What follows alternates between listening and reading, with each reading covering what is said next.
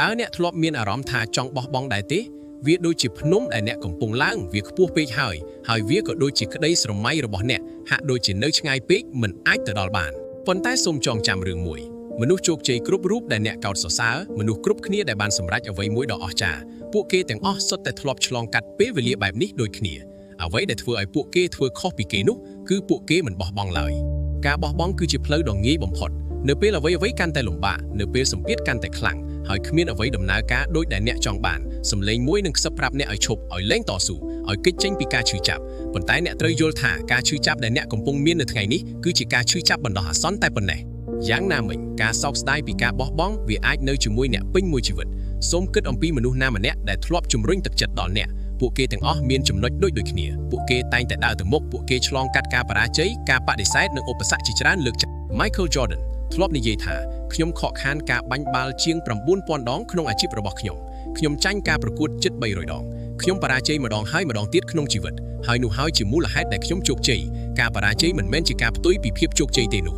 វាជាផ្នែកមួយនៃភាពជោគជ័យរាល់ការដួលរាល់ការបដិសេធនិងរាល់ឧបសគ្គផ្សេងកំពុងបង្កើតអ្នកឲ្យអ្នកកាន់តែរឹងមាំនិងត្រៀមសម្រាប់អ្វីដែលធំជាងនេះនៅខាងមុខអ្នកប្រហែលជាកំពុងគិតថាខ្ញុំធ្លាប់បោះបង់ម្ដងហើយខ្ញុំបរាជ័យច្រើនពេកហើយ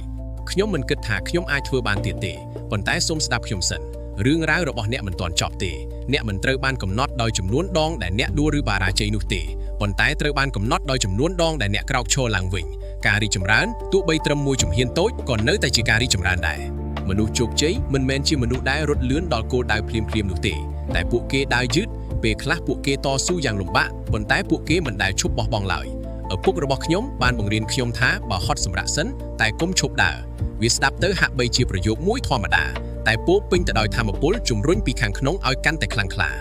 ផ្លូវទៅរកភាពជោគជ័យវាមិនស្រួលទេវាពោពេញដោយយប់ដ៏សែនវែងឆ្ងាយដែលគេងមិនគ្រប់ពេលព្រឹកដែលនឿយហត់ការសង្ស័យលើខ្លួនឯងនិងពេលវេលាដែលអ្នកសួរខ្លួនឯងថា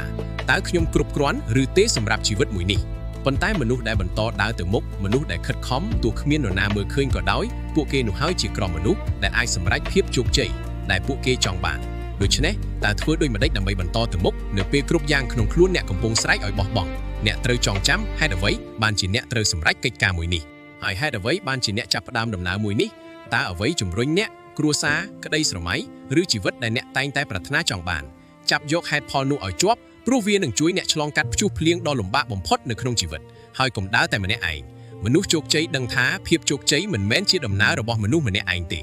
ស្វែងរកមនុស្សដែលលើកទឹកចិត្តអ្នកមនុស្សដែលតែងតែរំលឹកនិងលើកទឹកចិត្តដល់អ្នកគ្រប់ពេលណាដែលអ្នកចង់បោះបង់សូមសួរខ្លួនអ្នកនៅមួយសំណួរទៀតតើជីវិតរបស់អ្នកនឹងទៅជាយ៉ាងណាបើអ្នកមិនបោះបង់សូមបិទភ្នែកមួយផ្លែតហើយស្រមៃមើលថ្ងៃមួយដែលអ្នកសម្រេចបាននៅក្តីស្រមៃរបស់អ្នក